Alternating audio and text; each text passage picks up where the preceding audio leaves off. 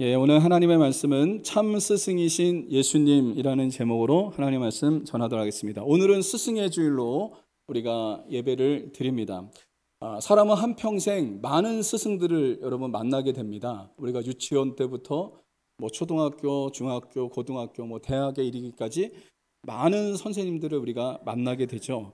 그런데 여러분, 많은 스승을 우리가 만나게 되지만 많은 스승과의 만남 속에서 어떤 스승을 만나느냐, 이것은 더욱더 중요한 것 같습니다. 정말 좋은 스승을 만나게 되면 그 사람의 삶이, 그 사람의 인생이 바뀌는 역사가 일어나는 것을 보게 됩니다. 특별히 우리 박지성 선수를 여러분이 잘 아실 거예요. 이 박지성 선수가 축구 선수로서 아주 성공한 사람인데요. 이 사람의 성공 스토리 가운데 히딩크라고 하는 감독과의 만남을 빼놓을 수가 없다는 겁니다. 2002년 한인 월드컵을 앞두고 우리나라는 그 성공적인 개최와 또 우리나라가 또 16강 이상의 성적을 내기 위해서 외국인 감독을 영입을 했는데, 이 사람이 바로 거스 히딩크 감독입니다. 이 사람을 영입을 해서 이제 선수들을 선발하기 시작을 했는데, 이 사람은 외국인 감독이에요. 그래서 이 사람은 학연하고 지연하고 전혀 상관이 없습니다. 그래서 모든 선수들을 실력으로 뽑았습니다. 실력으로. 그런데 그 당시에 우리나라 축구계는 학연하고 지연하고 이렇게 연결돼 있어서 축구 실력과 상관이 없었습니다. 그냥 학연, 지연, 인맥으로 선수들을 이렇게 뽑았던 그런 시대가 있었습니다. 그런데 이 거스 히딩크 감독은 실력으로만 이 선수들을 뽑아낸 거예요. 그래서 이 박지선 선수가 뽑혔는데 실력적으로 증명이 됐습니다. 그래서 많은 사람들이 이렇게 맨 처음에는 이렇게 생각을 했어요. 왜 박지선 선수가 저렇게 뽑혔는지 모를 정도로 이 사람은 무명의 선수였습니다. 그러나 히딩크 감독에 의해서 이 선수가 뽑혔고요. 그리고 이 사람이 참 경기를 너무 잘했습니다. 여러분이 잘 알다시피 2002년도에 그 예선전에서 포르투갈하고 경기할 때 박지선 선수가 골을 넣었어요. 골을 넣어서 우리나라가 16강에 이렇게 진출하는 그런 역사가 일어났잖아요. 그 골을 넣고 난 다음에 박지선 선수가 어떻게 했습니까? 히딩크 감독에게 가서 이렇게 안겼던 그런 기억을 우리가 할 겁니다. 이 박지선 선수가 그 이후에 어떻게 됐냐면, 히딩크 감독이 이제 국가대표 감독을 이제 그만두고 프로팀으로 가게 됐습니다. 네덜란드 PSV 아인트호벤 팀에 가서 이제 감독을 하면서 박지성 선수를 자기 팀에 이렇게 부른 거예요. 자기 팀에 불러서 영입을 해서 박지성 선수가 유럽 축구를 경험할 수 있도록 그렇게 했습니다. 이 선수가 참 성실하고 아주 실력을 갖춘 선수이기 때문에 거기서 또 이 놀라운 성과를 이 사람이 거둬서 영국 프리미어리그, 이게 세계 최고의 무대입니다. 세계 최고의 무대. 그리고 프리미어 리그에서도 맨체스터 유나이티드라고 하는 아주 명문 구단에 이 박지성 선수가 들어가게 되죠. 여러분, 이 사람이 이렇게 축구로서 이렇게 성공할 수 있었던 것은 히딩크라고 하는 감독을 만났기 때문에 이런 성과와 그런 성공적인 삶을 살 수 있었던 것을 여러분 살펴볼 수가 있습니다. 그래서 여러분, 이 만남이라는 게 너무나 중요하다는 거죠. 어떤 스승을 만나느냐, 어떤 스승을 만나느냐에 따라서 이 사람들의 인생이 바뀌기도 한다는 것을 여러분 보게 됩니다. 이 박지성이라고 하는 이 무명의 선수가 어떻게 축구 선수로서 날개를 펴고 활짝 날아오를 수 있었을까요? 히딩크라고 하는 스승을 만났기 때문이다 라고 말을 할 수가 있습니다. 어떤 스승을 만나느냐가 너무나 중요하죠. 그런데 여러분, 인간 스승은 완전하지 못합니다. 완벽할 수가 없습니다. 남들이 알지 못하는 허물도 있고요, 약점도 분명히 갖고 있습니다. 그래서 여러분, 우리는 참 스승인 예수님을 만나야 돼요. 예수님. 여러분, 예수님은 흠도 없고 허물도 없고 완전하신 분이 우리 주 예수님이십니다. 그래서 우리는 참 스승이신 예수님을 진정한 스승으로 모셔드려야 돼요. 진정한 스승으로 모셔드려서 그분의 가르침을 받고 그분의 인도함을 받아서 살아갈 때에 우리는 승리하는 역사가 여러분 일어날 수 있다는 것을 잊지 마시기를 주님의 이름으로 간절히 소망합니다. 그래서 오늘 이 시간 참 스승이신 예수님의 가르침을 받아서 우리 모두가 참 제자가 여러분 될 수 있기를 바랍니다. 오늘 본문은 참 스승이신 예수님의 가르침이에요. 예수님께서 이제 십자가에 죽으실 날이 얼마 앞두지 않고 있습니다. 이제 최후의 만찬의 자리에서 예수님께서 제자들에게 가르치신 거예요. 스승으로서 친히 그들에게 가르치신 내용이 오늘 우리가 읽었던 이 본문의 내용이거든요. 예수님께서 제자들에게 어떤 것을 가르치셨는지를 우리가 좀 살펴보고, 우리도 예수님을 참 스승으로 모시고 그분의 가르침을 따라서 이 땅에서 승리하는 삶을 살아가는 저와 여러분들이 될 수 있기를 주님의 이름으로 간절히 소망합니다. 첫 번째로 예수님은 섬김을 가르쳐 주셨습니다. 오늘 본문의 14절 15절에 보면 같이 한번 읽어보겠습니다. 시작. 내가 주와 또는 선생이 되어 너희 발을 씻었으니 너희도 서로 발을 씻어주는 것이 옳으니라. 내가 너희에게 행한 것 같이 너희도 행하게 하려 하여 본을 보였노라. 예수님은 십자가에 못 박히시기 전에 제자들과 함께 유월절 최후의 만찬을 드셨습니다. 최후의 만찬을 드시면서 이제 식사를 하시면서 식사하던 중에 예수님이 일어나셔서 허리에 수건을 두르시고 제자들 한 사람 한 사람 무릎을 꿇고 제자들 한 사람 한 사람에게 발을 씻어주는 그런 세족식을 예수님이 하셨거든요. 여러분, 당시에는 발을 씻어주는 것은 종이나 하는 일이었습니다. 그 당시에 유대인들은 샌들을 신고 다녔기 때문에 바깥에 이렇게 다니고 오면요 발이 지저분해지잖아요. 그러면 그 어느 집에 들어갈 때 거기에 돌 항아리가 이렇게 놓여져 있습니다. 그러면 발을 씻고 이제 들어가야 되는 거죠. 그러니까 이 발을 씻어준다는 것은 종이 하는 일입니다. 종이 주인에게, 낮은 자가 높은 자에게 하는 것이 발을 씻어주는 거였습니다. 그런데 여러분, 예수님은 주님이시잖아요. 하나님의 아들이시잖아요. 그리고 예수님은 선생이시잖아요. 그런데 예수님께서 신이 무릎을 꿇고 제자들의 발을 한 사람 한 사람 제자들의 발을 씻어주셨습니다. 섬김의 본을 보여주신 거죠. 여러분, 예수님이 그렇게 하신 이유가 있었어요. 제자들의 발을 씻어주신 이유가 있었는데 그 이유는 뭐냐면 누가복음에 보면 예수님은 최후의 만찬 때 이 떡을 나누고 이 포도주를 나눌 때 어떤 일이 있었냐면 제자들이요 누가 크냐라고 하면서 싸웠습니다. 내가 크다, 너가 크다, 뭐 너는 나보다 작다, 아무것도 아니다 막 이러면서 뭐 서로 누가 큰지 이것에 대해서 싸우고 있었어요. 여러분, 예수님은 지금 십자가에 죽으실 날이 얼마 앞두지 않고 있어요. 그런데 이 유월절 예식을 치르면서도 예수님께서 이 떡은 내 살이고 이 포도주는 내 피다라고 하면서 예수님께서 그렇게 제자들과 함께 최후의 만찬을 하고 있는데 제자들은요 주님이 십자가에 못 박혀 돌아가시는 거 전혀 생각지도 않습니다. 그들의 생각은 뭐였냐면 누가 더 성공할 것인가, 누가 더 높은 자리에 올라갈 것인가, 누가 높은 자리에 올라가서 아랫사람들이 섬겨주는 사람이 될 것인가, 이것에 대해서 이 사람들이 관심이 있었어요. 그때 예수님께서 제자들 한 사람 한 사람에게 무릎을 꿇고 한 사람 한 사람에게 발을 씻어주신 거예요. 그때 예수님께서 이렇게 말씀하셨습니다. 누가복음 22장 27절에 같이 한번 읽어보겠습니다. 시작. 앉아서 먹는 자가 크냐 섬기는 자가 크냐, 앉아서 먹는 자가 아니냐, 그러나 나는 섬기는 자로 너희 중에 있노라. 예수님은요 지금 제자들을 섬기고 있는 겁니다. 선생이신데 하나님의 아들이신데 섬김을 받아야 되는데 예수님은요 친히 제자들을 섬기는 모범을 보여주고 있는 것입니다. 이것을 통해서 주님이 하신 말씀은 뭐냐면 하나님 나라에서 큰 자는 섬기는 자라는 것을 보여주신 거예요. 여러분, 예수님의 삶은 어떤 삶이었냐면 말로만 하는 삶이 아니었습니다. 친히 행동으로 모범을 보여주신 삶이 바로 예수님의 삶이었던 것을 여러분 보게 돼요. 오늘날 여러분 MZ 세대들 있잖아요. MZ 세대들 20대 분들이 20대 우리 청년들이 청년들의 마음을 움직이려면 어떻게 해야 되냐면요. 행동으로 보여줘야 된다고 합니다. 행동으로 보여주지 않으면 MZ 세대는 절대로 움직이지 않는답니다. 그러니까 예수님의 삶은 어떤 삶이었냐면 말로만 하는 삶이 아니었어요. 행동으로 보여주신 거예요. 섬김의 모습을 이렇게 섬겨야 된다, 그냥 말로만 이렇게 가르쳐 주시고 말로만 떠들고 이렇게 하신 예수님의 삶이 아니라 예수님은요 행동으로 보여주신 거예요. 그 행동으로 보여주시면서 예수님이 어떤 사람이 큰 사람인지, 어떻게 살아가야 되는지, 제자의 삶이 어떤 삶인지를 선생님으로서 모범을 보여주신 분이 바로 예수님이셨던 것을 여러분 살펴볼 수가 있다는 거예요.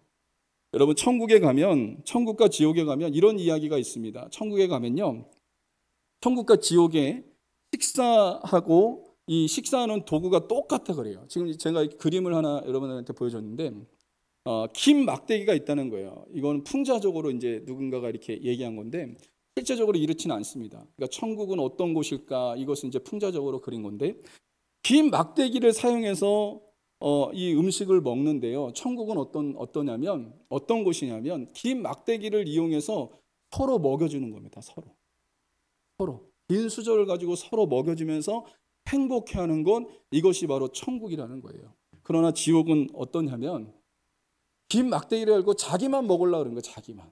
여러분, 긴 수저를 가지고 자기만 먹으려고 그러면 어떻게 됩니까? 먹을 수가 없죠. 그러니까 음식을 떨어뜨리고 그러면서 굶어서 원망하고 불평하는 곳이 바로 지옥이다라는 것을 이게 누군가가 이야기를 했습니다. 여러분, 이것은 뭘 얘기해 주고 있습니까? 천국에 있는 사람들은 서로 섬기는 거예요. 서로 섬기는 거예요. 서로 도와주고 섬기고 이렇게 함으로 행복하고 기쁨이 있는데, 지옥에 있는 사람들은 어떤 사람들입니까? 자기밖에 모르는 거예요. 자기밖에. 자기만 어떻게 하려고 하는 그런 모습들이 지옥에 있는 사람들의 모습이라는 것을 보여주고 있습니다. 여러분, 누군가를 섬기는 일은 쉬운 일이 아니에요. 여러분도 다 섬겨보셨죠? 누군가를 섬기는 일 쉬운 일 아닙니다. 참 어려운 일입니다. 내가 낮아지지 않으면, 내가 겸손해지지 않으면 섬길 수 없어요. 섬길 수 없습니다.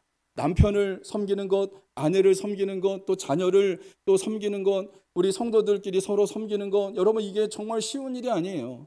식사당번 이렇게 해서 성도들을 섬기는 일 쉬운 일 아닙니다. 여러분, 교회 또 차량 봉사로 여러 가지 일들을 하는 일들이, 여러분 이렇게 섬기는 일들은 결코 쉬운 일이 아니에요. 내가 겸손한 마음을 품지 않고는, 낮은 마음을 품지 않고는 절대로 섬길 수가 없습니다.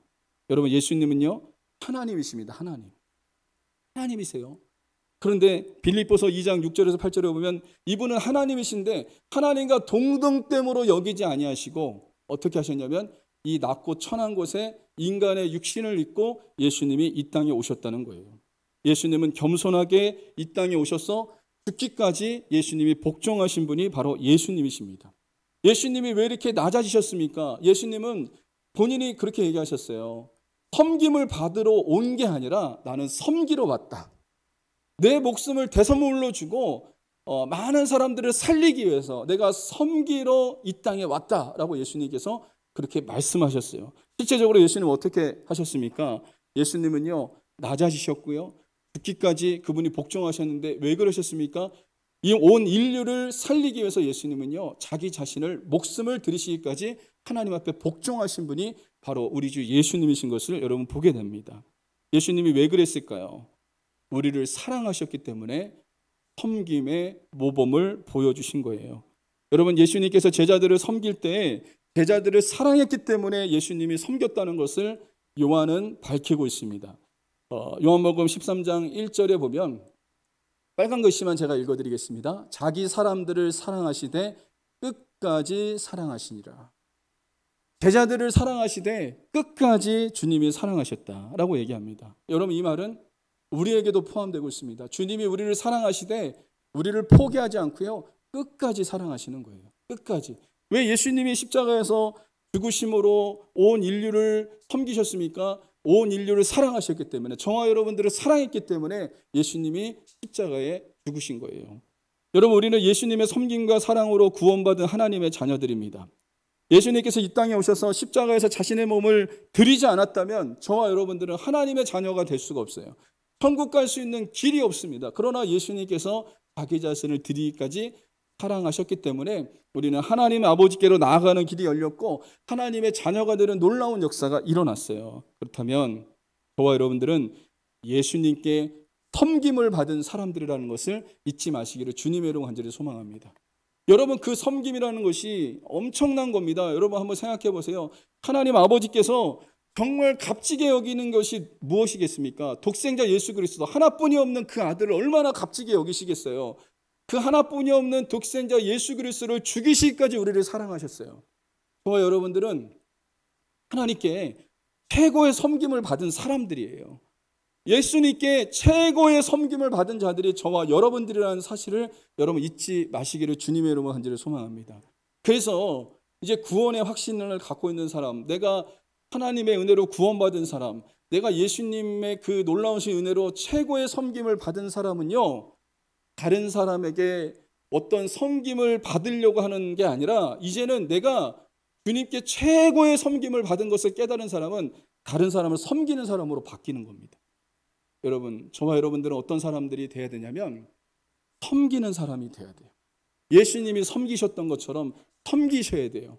낮은 자리에서 우리가 할 수 있는 최고의 것으로 섬기는 하나님의 사람들이 돼야 됩니다. 이것을 예수님께서 지금 말씀하고 있는 것입니다.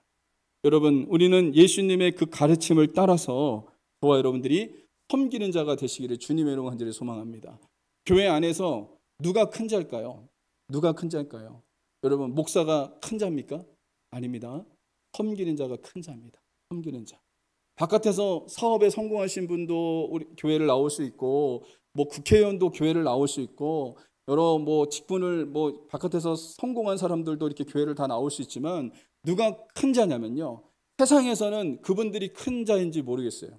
그분들이 세상적으로 명예를 가진 사람, 성공한 사람, 뭐 사업에 성공한 사람, 뭐 이런 사람들이, 그 사람들이 큰 자일지 모르겠지만 하나님 나라에서는 다릅니다. 누가 큰 자냐면요, 예수님처럼 섬기는 사람이 큰 사람이에요. 예수님처럼 섬기는 사람이 큰 사람이라는 것을 잊지 말고요, 저와 여러분들은 하나님 나라에 속한 사람들 아니겠습니까? 여러분, 예수님처럼 섬기는 사람이 되어서 큰 자가 되시기를 주님의 이름으로 간절히 소망합니다. 가정에서도 남편이 아내를 섬기면 그 남편이 더 큰 자예요. 아내가 또 자녀들 남편을 섬기면요, 그 아내가 큰 자예요. 여러분, 누가 큰 자인지 여러분 아세요? 낮은 자세에서 낮은 마음을 품고 섬기는 사람, 이 사람이 큰 사람이라는 것을 여러분 잊지 않고 저와 여러분들이 여러분 섬기는 하나님의 사람들이 될 수 있기를 주님의 이름으로 간절히 소망합니다. 두 번째, 예수님은 서로 사랑을 가르쳐 주셨습니다.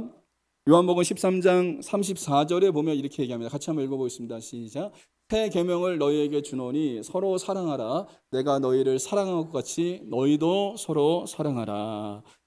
예수님께서 뭐라고 말씀하셨습니까? 새 계명을 준다. 너희가 서로 사랑해라 라고 얘기하고 있습니다. 여러분, 이 요한복음 13장의 이 내용을 우리가 이 사랑하라라고 하는 이 말의 의미를 13장 전체를 우리가 좀 살펴봐야지 아는데요.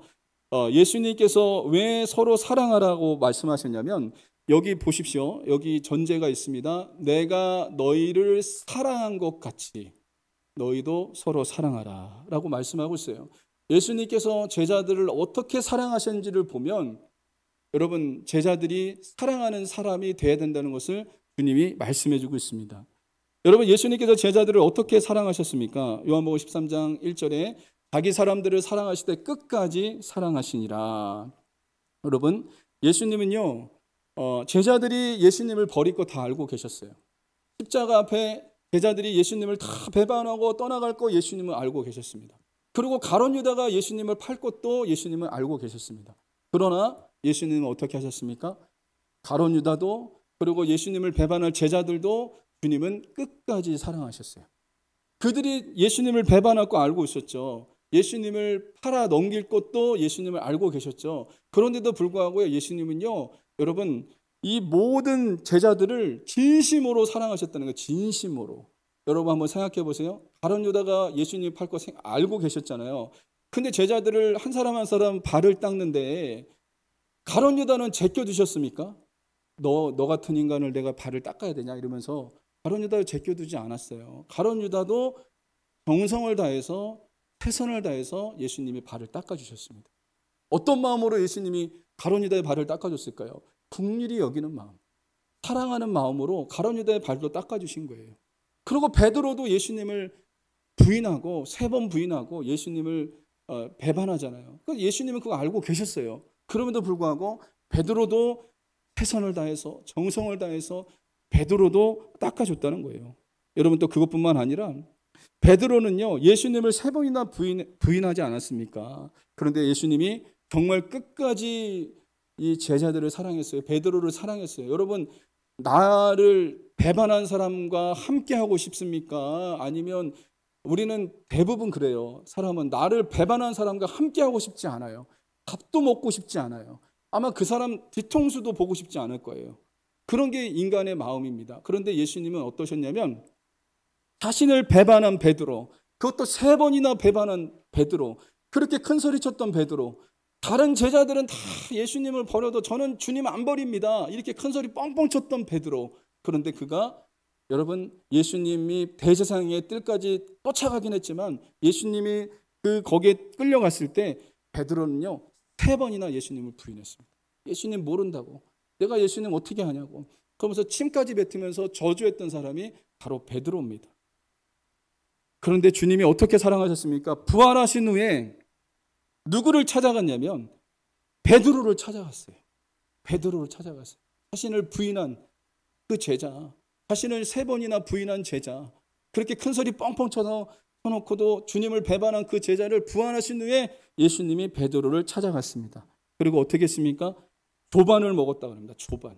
아침 식사를 같이 한 거예요. 아침 식사를 예수님이 친히 차려주시고 아침 식사를 같이 먹고 나서 예수님이 베드로에게 뭐라고 했냐면 요한의 아들 시몬아 내가 나를 사랑하느냐 3번 물으십니다. 3번. 주님이 왜 3번 물으셨을까요? 이 해석은 다양한데 베드로가 3번 부인했잖아요. 그의 마음속에 아픔이 있고 상처가 있습니다. 주님은 3번 물어보시면서 그의 아픔을 싸매어 주셨고 또 그것뿐만 아니라 베드로가 예수님을 사랑하긴 사랑했지만 그가 환경 보고 사람들 보면서 두려워서 예수님을 부인했다는 것을 예수님은 너무나 잘 알고 계셨어요. 그래서 베드로에게 내가 나를 사랑하냐라고 주님이 물으셨어요. 그러니까 베드로가 얘기하죠.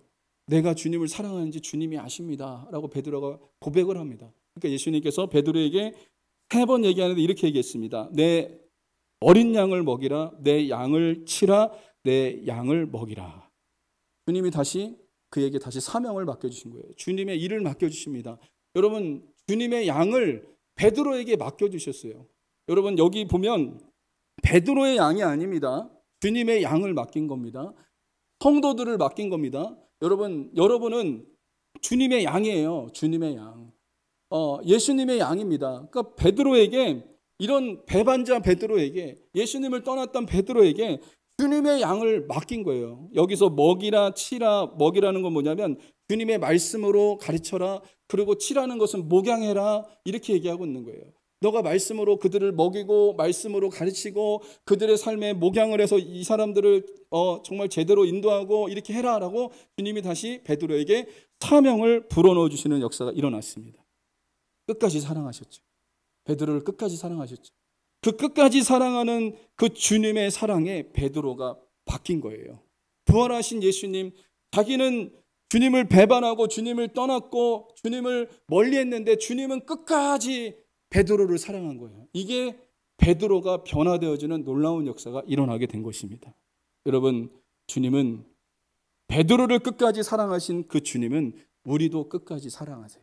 우리도 끝까지 사랑하세요. 때로는 못난 짓 할 때도 우리가 많지 않습니까? 신앙생활 하면서 참 못난 짓 할 때도 너무나 많아요. 멀리 떠나갈 때도 너무나 많습니다. 또 때로는요, 정말 내가 봐도 대견할 정도로 주님을 열심히 섬길 때가 있어요. 때로는 그럴 때도 있어요. 근데 우리의 신앙생활이 롤러코스터 타듯이 어떨 때는 주님을 정말 뜨겁게 사랑했다가 어떨 때는 주님을 속삭이기도 하고 정말 주님의 마음을 아프게도 합니다. 그러나 주님의 마음은 변함이 없어요. 변함이 없어요. 내가 죄 가운데 넘어져도 주님의 사랑은 변함이 없습니다. 내가 잘해도 주님의 마음은 변함이 없어요. 여전히 나를 사랑하시는 분이 우리 주님이십니다. 우리를 어떻게 사랑하신다고요? 끝까지 사랑하시는 분이세요. 끝까지. 세상 끝날까지 사랑하시는 분이 우리 주 예수님이시라는 것을 잊지 마시기를 주님의 이름으로 간절히 소망합니다. 그래서 여러분, 우리는 어떤 사람들이 돼야 될까요? 주님이 분명히 말씀하시잖아요. 같이 읽어보겠습니다. 요한복음 13장 34절 같이 읽겠습니다. 시작. 내가 너희를 사랑한 것 같이 너희도 서로 사랑하라. 주님이 어떻게 사랑하시는지를 우리가 알아야 됩니다. 주님이 나를 어떻게 사랑하는지를 알 때 다른 사람을 사랑할 수 있는 거예요. 주님이 나를 어떻게 사랑하시는지 깨달을 때 다른 사람을 사랑할 수 있다는 겁니다. 제자들에게 주님이 말씀하신 거잖아요. 내가 너희를 사랑한 것 같이 너희도 서로 사랑해라. 내가 너희를 어떻게 사랑했는지를 너희가 알고 너희도 서로 사랑하는 자가 되라 라고 주님이 말씀하고 있다는 것입니다. 그러므로 여러분, 주님이 저와 여러분들을 어떻게 사랑하셨는지를 알아야 돼요. 그것을 안다면 서로 사랑하는 자가 될 수 있다는 것을 잊지 마시기를 주님의 이름으로 간절히 소망합니다. 빌립보서 4장에 보면 사도 바울은 빌립보 교회에 두 여인을 실명으로 거론합니다. 두 여인을 실명으로 거론하는데 그리고 그 두 여인에게 권면을 합니다. 두 여인에게. 이 두 여인의 이름이 누구냐면 빌립보서 4장 2절에 이렇게 나옵니다. 내가 유오디아를 권하고 순두개를 권하노니, 유오디아와 순두개라고 하는 이 두 여성이 있습니다.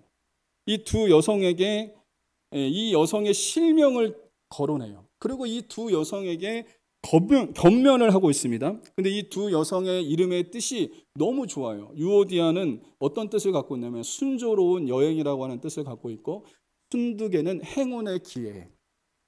그러니까 유오디아라고 하는 여인의 이름의 뜻은 순조로운 사람, 순조로운 사람이다.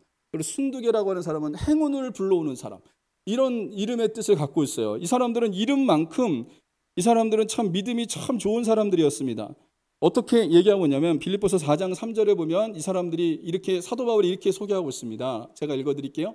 또 참으로 나와 멍에를 같이 한 내게 구하노니, 복음에 나와 함께 힘쓰던 저 여인들, 이 사람들이 누구냐면 바로 유오디아와 순두개입니다. 복음에 나와 함께 힘쓰던 여인들, 이 사람이 바로 유오디아와 순두개고요. 그리고 빨간 글씨 제가 읽겠습니다. 그 이름들이 생명책에 있느니라 라고 얘기해요. 먼저는 이 사람들은 생명책에 기록된 구원받은 하나님의 사람입니다. 구원받은 하나님의 사람이에요. 그리고 이 사람들은 복음에 나와 함께 힘쓰던 여인들인데, 사도 바울에 의해서 빌립보 교회가 세워졌거든요. 빌립보 교회가. 거기에 자주장사 누디아를 통해서 빌립보 교회가 세워졌는데, 자주장사 누디아와 함께 빌립보 교회를 힘써서 세운 사람이 누구냐? 유오디아와 순두개라고 하는 사람입니다. 유오디아와 순두개라고 하는 사람. 이 사람들이 정말 주님을 사랑하는 사람이죠. 교회를 사랑해서 이 빌립보 교회를 하나님의 은혜 가운데 세웠던 사람. 그 사람들이 바로 유오디아와 순두개라고 하는 이 두 여인이에요. 그런데 이 두 여인이 빌립보 교회 아주 귀한 일꾼이에요. 하나님 나라의 귀한 일꾼입니다. 그런데 두 여인 간에 다툼이 있었어요. 다툼이. 그 다툼을 구체적으로 사도 바울은 밝히고 있지는 않습니다. 뭐 때문에 이 사람들이 다툼을 가졌는지. 그런데 여러분, 사도 바울은요, 이 사람들이 누가 잘했고 누가 잘못했고를 밝히지 않아요. 뭐 유오디아가 더 잘했고 순두개 너가 못했어, 뭐 이렇게 얘기하고 있지 않아요. 누가 잘했는지 못했는지 잘못했는지 시시비비를 사도 바울이 가리고 있지 않아요. 그러면서 사도 바울이 뭐라고 얘기하냐면 주 안에서 같은 마음을 품으라 라고 얘기를 하고 있습니다. 주 안에서 같은 마음을 품어라, 이렇게 얘기하면서 권면하고 있습니다. 그러니까 이것으로 통해서 우리가 비추어 볼 수 있는 것은, 이 두 여인이 다투고 싸운 것은 교리적인 문제 때문에 싸운 것이 아니에요. 교회 안에 뭐 교리적인 문제 때문에 싸운 것도 아니고, 지극히 두 사람만의 개인적인 문제 때문에 다툰 겁니다. 개인적인 문제. 여러분, 이것을 우리가 말씀을 통해서 살펴볼 수 있어요. 이 사람들은 주님을 정말 뜨겁게 사랑했어요. 구원받은 사람이고요. 교회를 사랑하는 사람이었어요. 그리고 교회를 열심으로 세웠던 사람이고, 빌립보 교회에 없어서는 안 되는 일꾼이었고, 하나님 나라의 귀한 일꾼이었습니다. 그런데 이 두 사람이 다투고 싸운 게 개인적인 일 때문에 두 사람이 감정이 상하고 다투고 싸웠던 것을 여러분 보게 돼요. 예수님이 이 두 사람에게 시시비비를 가리지 않고 주 안에서 같은 마음을 품으라고 얘기한 이것은 무엇을 얘기하고 있냐면 예수님의 마음으로 사랑하라는 겁니다. 예수님의 마음으로 겸손한 마음을 품고 예수님의 마음으로 서로 사랑하라는 겁니다. 오늘 여러분, 요한복음에서 예수님이 말씀하신 대로 내가 너희를 사랑한 것 같이 너희도 서로 사랑하라 라고 주님이 지금 말씀하고 있는 거예요. 근데 사도 바울은요, 오늘 여러분 빌립보서 4장 3절에서 이렇게 성도들한테 권면하고 있습니다. 4장 3절에 보면 복음에 나와 힘쓰던 저 여인들을 도와라 라고 얘기합니다. 도와라. 이 이야기를 우리가 좀 잘 보셔야 됩니다. 도우라고 얘기했는데 이 여인들을 도우라고 얘기했어요. 유오디아와 순두개라고 하는 이 여인들을 도우라고 그랬는데, 어떻게 도우라고 얘기하냐면 서로 갈등이 있고 서로 이 마음에 어려움이 있는데, 이게 시간이 흐르다 보면요, 서로 풀고 싶어도 풀 수가 없는 거예요. 그러니까 성도들이 도와주라는 거예요. 이 사람들을 좀 도와주라는 거예요. 중간 역할을 해서 서로 화해할 수 있도록, 서로 주님 안에서 사랑할 수 있도록 도와주라는 거예요. 여러분, 다투고 싸울 수 있어요. 우리가 부부간에도 다투고 싸울 수 있습니다. 그리고 성도들 간에도 다투고 싸울 수 있어요. 근데 이게 너무 오래 가면 안 돼요. 너무 오래 가면 어떠냐면요. 풀고 싶어도 이게 풀 수가 없을 때가 있어요. 풀고 싶어도 풀 수 없을 때가 있어요. 그때는 어떻게 되냐면 누군가가 중재를 해야 되는 겁니다. 누군가가 중재를 해서 서로 화해할 수 있도록, 서로 하나가 될 수 있도록. 여러분 그렇게 해야 된다라고 지금 사도 바울이 얘기하고 있는 거예요. 저 여인들을 도와라라고 얘기하는데 이 도우라고 하는 말이 뭐냐면 두 사람이 서로 사랑하고 더 서로 화해하고 그리고 함께 힘을 합쳐서 교회를 세울 수 있도록 너희가 좀 도와줘라라고 지금 사도 바울이 권면하고 있는 거예요. 여러분 전에 교회에서 사역할 때 두 분의 여자 전사님이 계셨거든요. 근데 참 훌륭하세요. 이분들이 한 분은 기존 성도들을 되게 잘 섬겨요. 구역 예배 말씀도 잘 전하고요. 기도도 잘하고요. 아주 기존 성도들을 정말 잘 섬기는 분이에요. 또 한 분은 전도를 정말 잘해요. 전도를 기가 막히게 합니다. 그러니까 영혼들 가서 바깥에 나가서 새로운 영혼들을 데리고 오는 일을 아주 정말 기가 막힌 분이에요. 근데 이 두 분이 별로 사이가 좋지 않았어요. 두 분마다 다 장점이 있는데 사이가 별로 안 좋으니까 새가족실 안에서 막 분위기가 너무 안 좋은 거예요.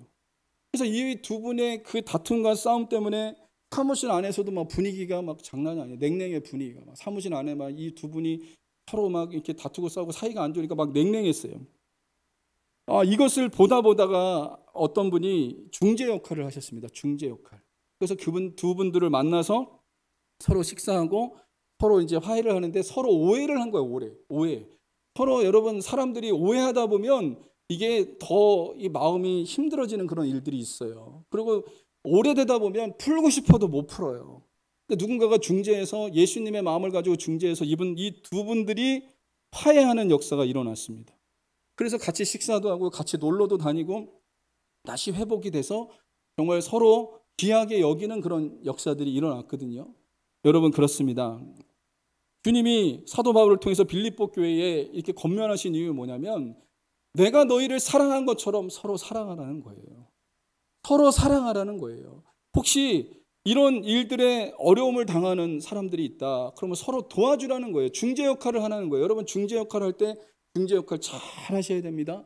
예수님의 마음 품고 잘 하셔야 됩니다. 상대편의 말을 가지고 있는 그대로 이 사람한테 가서 전달해 주면 절대로 안 돼요.